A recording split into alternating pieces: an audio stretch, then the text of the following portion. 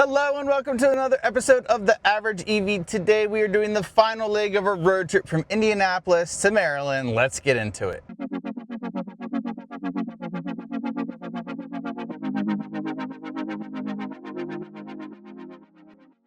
All right, we finally come to the end of our trip.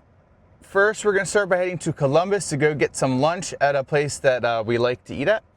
And let me flip the camera around and show you what we're doing. All right, so here it is. It's saying it's going to take us 4 hours and 29 minutes. We'll see. I'd like it to not be that long. But anyways, one charging stop in Spiceland. We'll probably actually add two and charge a little bit faster. We'll see though. Start. Avoiding road closure. Oh, that's always fun. And there we are. So hour and 13 minutes to our charger. We'll arrive with 14% state of charge. Right now we have 36% state of charge. Let's get on our way. All right, everybody, we got some Starbucks and some breakfast, and now we're on our way to, I believe it's Spiceland. All right, everybody, short leg, 55.1 miles, 3.4 miles per kilowatt hour, hour and 23 minutes of driving. We ended up having to go through a bunch of small towns to avoid traffic on 70, and we arrived with 17% state of charge. Let's plug in. All right, right now it says we'll arrive with negative 38, so we'll charge up to about 60 or so percent, and we'll probably gain a bunch back. So I would feel good at leaving it around 0 to, I don't know, 3%, and then we'll get out of here. All right, everybody, so we're here. We are blocking. I didn't want to use the one on the end because it's handicap accessible, and then there's a F-150, but he's doing a good job towing and not blocking anything. So I'm the only one blocking. Only one that can't be used. Not a big deal. Got the A to Z adapter going on here. So we only need to stay till 60% and then we'll head out. All right, everybody, it says we'll ride with negative 1%, so we're gonna go ahead and leave. We got 62%, we're good to go. Let's get on our way to just outside of Columbus here at, which site is this? Something, I don't know, it's something. But honestly, yeah, we'll see, because I might even stretch it to the Iona site if we need to. Or, where's London? Why am I struggling to find places? There's also nearby, there's a BP Pulse, which would be cool as well. So we'll see. I don't know. Maybe I'll change this plan. This might not stay the same. Oh, there's London. So right here must be, yep, there's the Pilot Flying J and the BP Pulse. But this is 0 of 12 available. That can't be true. All right, well, anyways, we're going to leave. Here we go. All right, everybody. So the current plan is we're going to go to the Iona in Springfield, Ohio. I just know that the chargers will work. They'll be plentiful. The cable will reach easy. Additionally, there is a Sheetz there, and Sheetz is always welcome. So that's the plan. Then we'll charge up enough there to get to our restaurant, and then we'll keep on keeping on. All right, we made it here at the Iona Rechargery in Springfield. 93 miles, 2.9 miles per kilowatt hour, hour and 19 minutes of driving. Arrived with 27%, so a ton of extra charge. Let's go ahead and plug in. All right, a familiar sight here. Go ahead, grab this, super light. Pull out the arm, plug in. It didn't click. That's interesting. There we go. Sorry. It's when I can use my right hand when I'm not filming, it's a lot easier. All right, and we should be good. Plugged in, starting communication. So there's a lot of trucks around here. There's a Love's across the way. So if you want to go to Wendy's, there it is. Oh, and Subway. Here we are. Canopy's coming eventually. Just want to make sure this is good. Oh, 34 cents kilowatt hour, always good.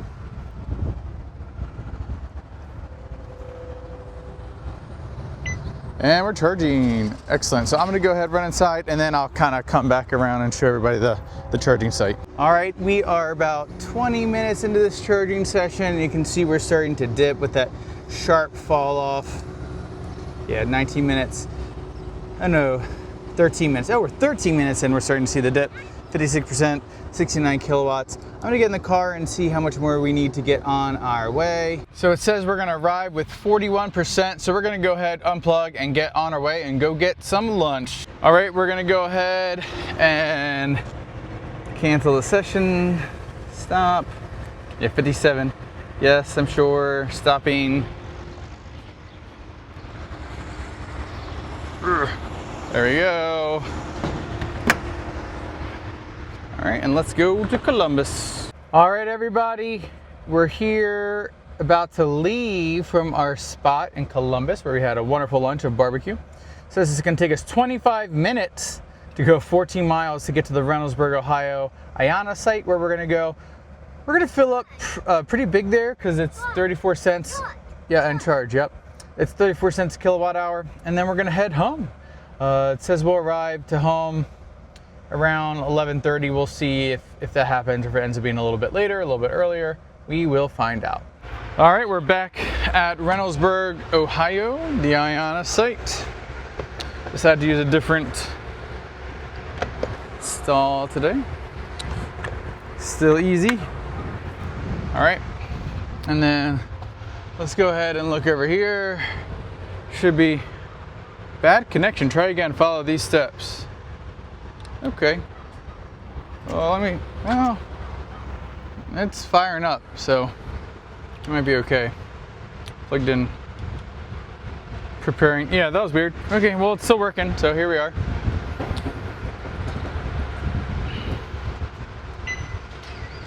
All right, it says it's charging already.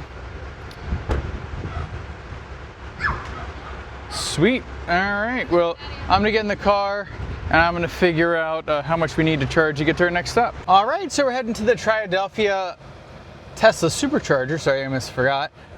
It says we need 18 more percent, so we'll probably just charge up to 80 and head out. We're all going in and using the restroom here in the rechargery, and then we'll get on our way. All right, everybody, we're gonna unplug. My son's gonna help me. Ready? And unplug. Unplug. Oh, we have to stop charging. Oh my gosh. It's my first time charging. Oh, it's good now. All right, now we can unplug. Ugh. Oh yeah. There we go. All right, can you put it back in the holder? Let's see. Let's see. And this is just showing how nice this cable management, even a 5-year-old can do it, or almost do it. A little bit higher. And push, push. There we go. All right, way to go. Okay, it says we're gonna arrive in Philadelphia, West Virginia with 18% state of charge, 84% state of charge, leaving here. Let's get on our way. Goodbye, IANA. All right, everybody, so we just finished up at IANA. It's actually really nice. There's a bunch of people there charging. It's the first time I've been at an attended IANA site, which is really nice. I guess that's not true, but well attended. There was like 4 different cars charging at the same time, which was really nice to see. And then actually a viewer was there in his Blazer EV, which was super cool to meet and talk to him. And then I helped him out a little bit with setting up the nav to show Tesla superchargers, which was super cool. So shout out to him. Hope he had a great road trip back. We are now on our way to Philadelphia. And then after that, probably just one more stop. We'll see how things pan out, but maybe 1 or 2 stops, and then we'll be home. I am so tired and I'm so ready to be home and lay in my own bed. It's gonna be so nice. And then I guess we have to get back to real life. But now we're getting back on 70 East towards Wheeling, West Virginia. Catch up with y'all hopefully in Philadelphia. All right, everybody, we are here. I actually stretched the last leg a little bit, and we went past Philadelphia and came here to Washington, Pennsylvania. It says if we basically add 64%, we don't need to charge and could drive straight home. Now, I don't know if that's what I'll actually do, but I will certainly try if I can. We're currently at 24% state of charge. Let's go ahead and plug on in. We are all plugged in here. Tesla supercharger. We got 8 dispensers here. There's also something over here. We'll go check that out in a little bit. Let's see, we're firing up here. And basically, I don't know if y'all can see that, but when that hits around 500 some miles, you can, of course. Yeah, let's open the car door. Yeah, when that hits 500 miles, we basically know that that is around 150 kilowatts. There we go. Oh my gosh.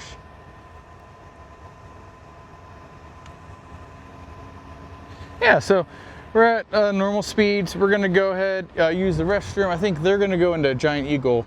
I'm gonna run into, sorry, this is terrible camera work. They're gonna run into Giant Eagle. I'm gonna run into Target over there. All right, everybody, we are at 61% state of charge. We're dipping. I'm gonna do the old pop the hood trick, and we're just gonna see if there's any sort of change. Let me wind this window down so I don't have to keep opening the door. The old pop the hood. All right. All right, so we popped the hood. Let's see if there's any immediate change. Obviously no way to prove it helps, but it's worth a shot. So I can't, you know, determine causation, but there's definitely a correlation. I opened the hood and it cooled down a little bit. It's probably been about 4 minutes. It's gone up 13 kilowatts, so maybe that's a trick, maybe it's not, but it's worth trying. I've done it a couple times and it seems to have helped a little bit. So we're at 72% state of charge, 77 kilowatts. It's saying that if we leave, we're at negative 31. Once I bump the air conditioning, it's gonna be even worse. So what I'll do is I'll just leave it on home. And if I can make it rally here, try and get home on just this charge, but I think that's a pipe dream and it's not gonna happen. But I can arrive home with 0% and that's no big deal. So I think the reality is we'll probably go and then charge in Hagerstown, which is all the way over here. How did I lose you? There you are, Hagerstown. So we can just come through Hagerstown, charge up. There's some charging there. And then we'll be good to go. So we got a couple options. This is probably what's gonna actually happen. And that's okay. All right, everybody, so it says negative 21%. We're at 83. There's a chance. There is a chance we don't have to charge, and I'm gonna do everything I can do to not. All right, everybody, so right now it says 2 hours and 8 minutes left, 119 miles, 11:07 p.m. arrival with negative 1%. We might do this. We might do this. Right now we have 46% state of charge. It says 134 miles there, 119 miles here. We're in the mountains. We're gonna regen some energy back into the battery. Oh, -2. Oh, yikes. We can do it. All right, everybody. I have to go to the bathroom, so always be charging. We're at Tesla. Real quick, I'm going to plug in, go to the bathroom, and unplug. So right now it says we'll make it 4%, so I'll still calculate how much we would have arrived at home. But, you know, I think it'll make everyone a little less stressed in the back of the car. All right, everybody. That was a quick stop at Sheetz. I think it was like 3 minutes, maybe 4. Going to unplug.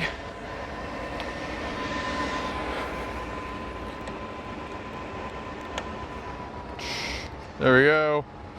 Unplug and let's get going. All right, now it says we're gonna arrive with 9%, so let's get on the way and I'll figure out what it would have been. All right, everybody, so 224.6 mile, 3.4 mile per kilowatt hour. Our best leg, I think, of the whole trip. 4 hours and 19 minutes, more like 4 hours because we stopped for me to use the restroom and to get dinner at Chick-fil-A. And then for the full trip, here it is, sorry, 2,813.3 miles, 2.7 mile per kilowatt hour efficiency. That's from California to here. And lastly, we arrived with 11%. So subtract 5, we would have gotten here with 6%. So we would have been all right. All right, everybody. So we made it back. What a trip it was, traveling 2,813.3 miles here. And then from here to California for the first trip, or the first part of the trip, traveling almost 3,000 miles. So nearly 6,000 miles done in this car. Not all of it was easy, but most of it wasn't terrible. As you all have seen throughout all of this trip, the overheating was an issue. There was time, could I have left and hopped charger to charger? Sure. But at times, like, we needed to go to the bathroom, or like my son needed to play, and so like we might as well just left it on the hook. So that is what it is. I am going to reach out to GM after this trip. I've been thinking about this for a while, and I'm just going to see what their thoughts are about the car and the performance. I'm also going to mention how a lot of people who have 2025s and some other people who've gotten updates with different models across all the brands, Cadillac, GMC, and Chevy, don't have the issues that I do. Some people do have the issues I do, and I just want to kind of let them know, see what their thoughts are, if it's just a software thing that we can fix easily, or if maybe they want to take a look at my car. I don't know if they're even going to respond to me, but I think it's worth at least just reaching out and see what they think, because while the performance is not horrendous, like it could be way worse, it could go down to like 2 kilowatts, it did cause us to miss out on going to a couple of things. There was a Air and Space Museum in Oklahoma we wanted to go to. That got held up because of charging. There were several, I can't remember everything, but there were several things that we wanted to do that we just weren't quite able to do because timing was unpredictable.